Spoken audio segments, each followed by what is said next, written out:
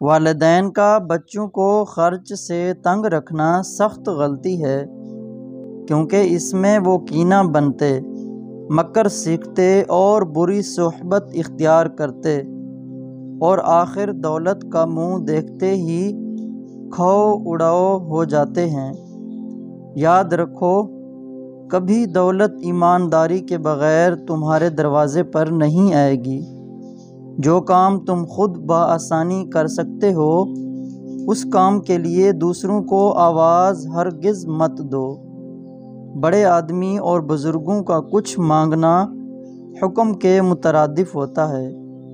اگر تم امن کے خواہش مند ہو تو اپنے کان اور آنکھیں کھلی رکھو، لیکن زبان ہمیشہ بند رکھو۔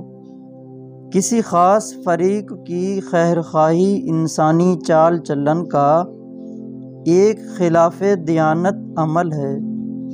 جب تک ایک انسان دوسرے کی پیٹھ پر سوار ہے، دنیا میں امن و امان محض ایک خوبصورت خواب ہی رہے گا۔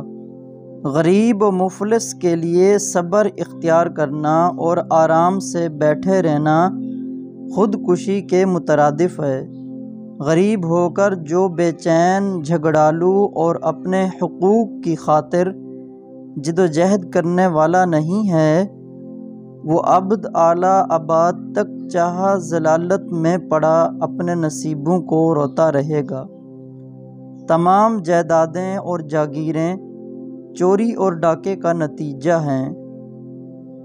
بھیڑ اور بھیڑیا صرف اس کی حالت میں دونوں اکٹھے رہ سکتے ہیں جب بھیڑ بھیڑیے کے پیٹ میں سما جائے۔